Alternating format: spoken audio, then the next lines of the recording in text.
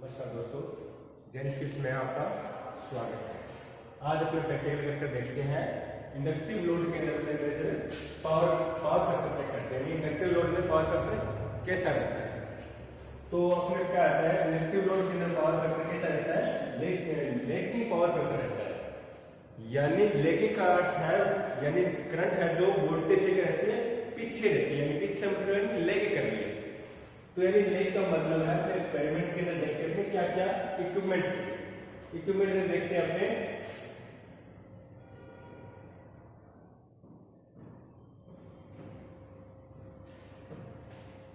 Equipment and material. सबसे पहले अपने चाहिए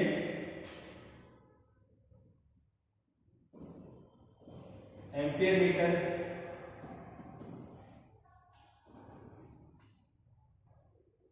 volt meter,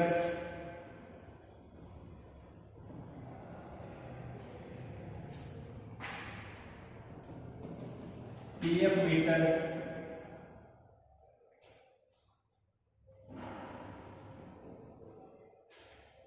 inductive load,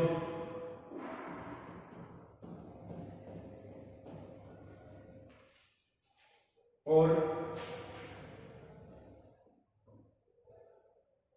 inductive load के बाद बचिए कनेक्टिंग वायर।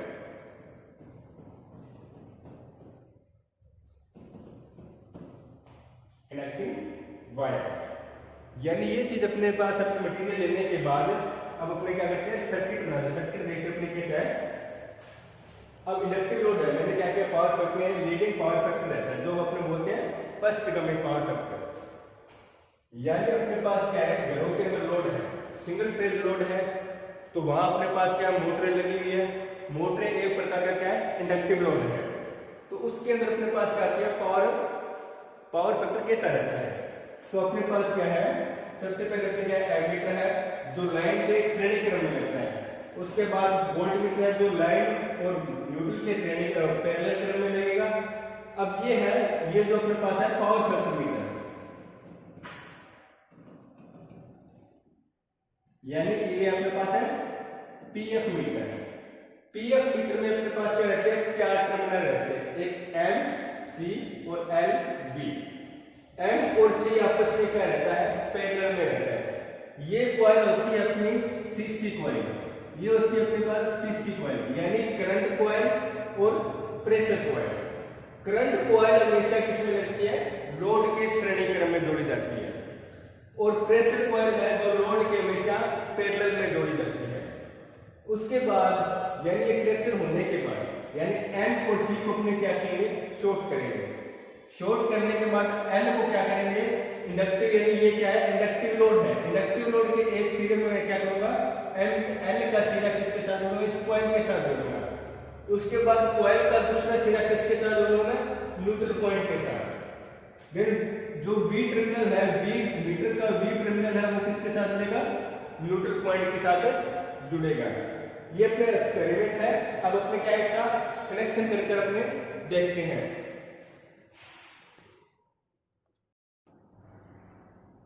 जैसा कि अपने एक सर्किट डायग्राम में देख रहे थे, अपने क्या है, ये सर्किट डायग्राम अपने पास है।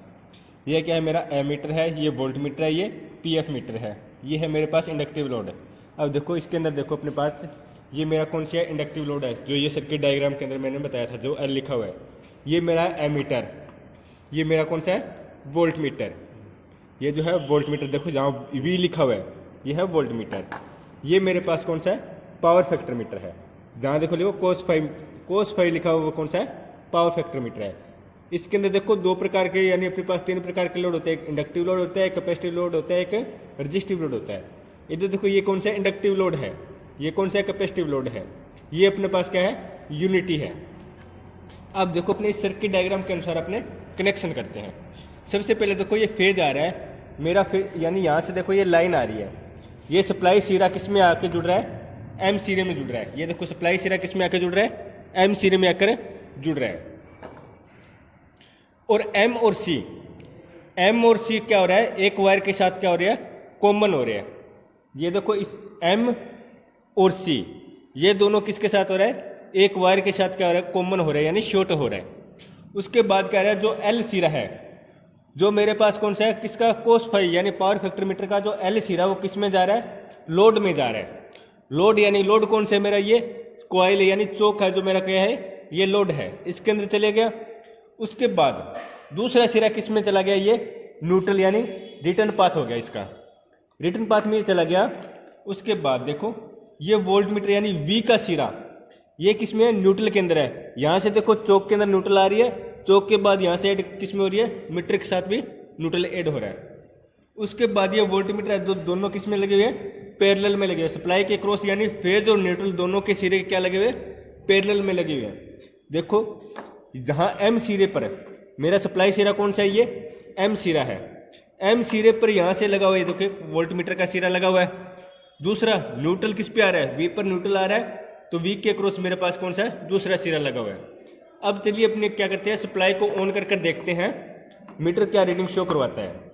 यानी मीटर अपने पास क्या है, इंडक्टिव लोड लगा होता है, उस वक्त पावर फैक्टर मेरा कैसा आएगा, लैगिंग पावर फैक्टर आएगा।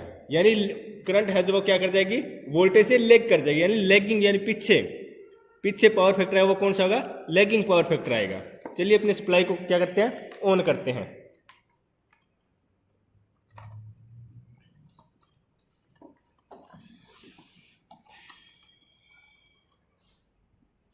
देखिए दोस्तों अपने जैसे सप्लाई को ऑन कर रहे हैं,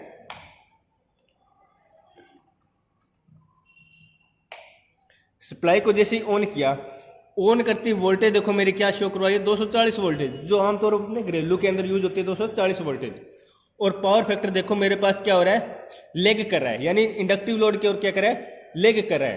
तो मेरा पावर फैक्टर क्या आ रहा है, लेगिंग पावर फैक्टर आ रहा है।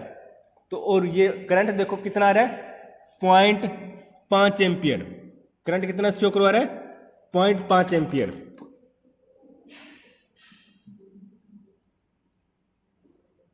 ठीक है, शो हो रहा है। तो इसके अंदर अपने क्या करते हैं, जैसे अपने पास इस एक्सपेरिमेंट का मतलब क्या है, अपने घरों के अंदर यानी इंडक्टिव लोड यानी फैन लगे हुए है, मोटर लगी हुई है, इसके अंदर अपने पास क्या है, ये इंडक्टिव लोड है। इसके अंदर क्या होती है, जो अपने को पावर मिलनी होती है, जो मैक्सिमम पावर मिलनी होती है वो पावर नहीं मिल पाती है, जिस कारण ये क्या होते हैं, मानो मेरे पास क्या है, पावर ज्ञात करने का फॉर्मूला क्या होता है, V इंटू आई इंटू में कोस फाई, यानी कोस फाई ये कौन सा, ये पावर फैक्टर है। अब इसके बाद अपने पावर क्या है, वोल्टेज क्या है, मेरे पास 240 वोल्टेज है, और करंट क्या आया था मेरे पास 0.5 एम्पियर आया था, और पावर फैक्टर का मान मेरे पास क्या था, 0.98 के करीब आया था, 0.98 के करीब। यानी वोल्टेज की थी मेरे पास 240 वोल्टेज थी, करंट कितना आया था, 0.5 एम्पियर करंट आया था, पावर फैक्टर का मान क्या आया था, 0.98। अब अपने पास टोटल पावर क्या आती है, यानी वोल्टेज देखो मेरे पास क्या है, 240 वोल्टेज है, 0.5 एम्पियर करंट है, 0.98 है, ये मेरे पास क्या है, पावर फैक्टर है। अब टोटल पावर अपने पास निकल कर आती है, कितनी आती है, 117.6 वाट। ये मेरे पास क्या आती है, टोटल पावर आती है। यानी मेरे पास पावर एक्चुअल में जो पावर होती है वो मेरे पास है, यानी ये पावर मेरे पास क्या होती है, कम होती है। अगर मैं यही मेरे पास अगर पावर मेरे पास यूनिटी मिलती तो उस वक्त मेरे पास क्या आती, पावर है,